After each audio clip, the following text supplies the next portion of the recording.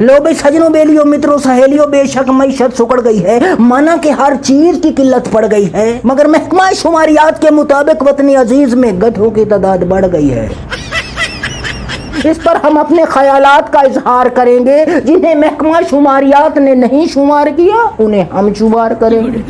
जी हाँ, एक आला दर्जे के दानिश्वर ने इमरान रियाज को परले दर्जे का मशवरा दिया कि भाई साहब, पिछले 2 साल से आपने ये कौन सा खेल रचाया है? ऊपर खुदा है, नीचे स्टेट है, स्टेट से ना कोई जीत सकता है, ना आज तक कोई जीत पाया।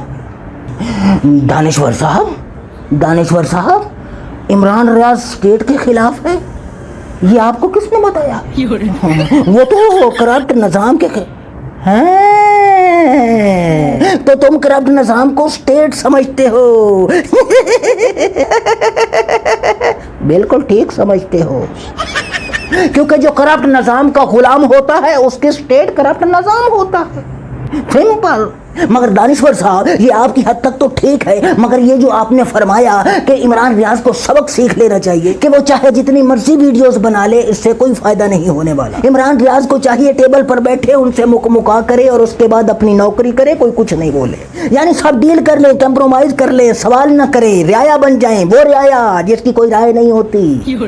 दानिश्वर साहब सीधा बोल देते कि इमरान रियाज हमारी बरादरी में शामिल हो जाए, मगर क्यों? पिछले साल की तरह इस साल भी महकमा शुमारियात के मुताबिक गधों की तादाद में 1 लाख इजाफा हुआ है। और कितनी बरादरी बढ़ाना चाहते हैं? यानी आप चाहते हैं खुदा ने ज़हन दिया, सोचने समझने की सलाहियत दी, बेच दो, ज़मान दी बेच दो, ईमान दिया बेच दो, अशरफुल मखलूकात के नाम पे खुदा ने जो कुछ दे के भेजा वो सारा सामान बेच दो और हमारी बरादरी में शामिल हो जाओ। दानिश्वर साहब, आप तो इल्मो दानिश के पैकर थे, ये आपको क्या हो गया? आप तो दुनिया फतह करने के गुर बताते थे, ये आपको किसने फतह कर लिया? आप तो मर्दाना ताकत के नुस्खे बताते थे, अब अगर कोई मर्दाना काम कर रहा है तो आप उन्हें अपनी बरादरी में शामिल करने के लिए मैदान में उतर आए हो।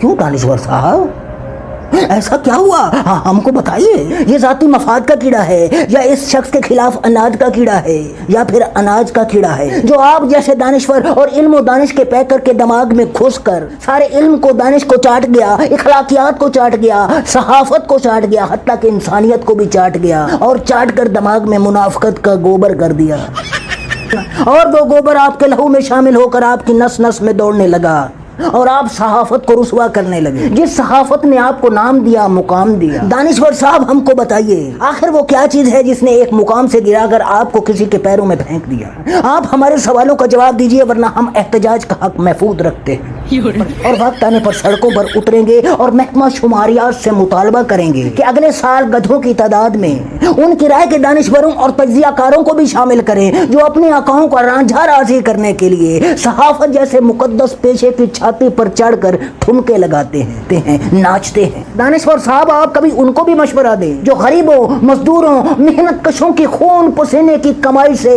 अपने चेले चपाटों को अयाशियां करवा रहे हैं, क्योंकि सहाफत नाम है उनकी आवाज का, जिनकी आवाज उठाने वाला कोई नहीं होता। मगर माफ कीजिएगा, आप करप्ट अशराफिया, माफिया और बदमाशिया की आवाज हो और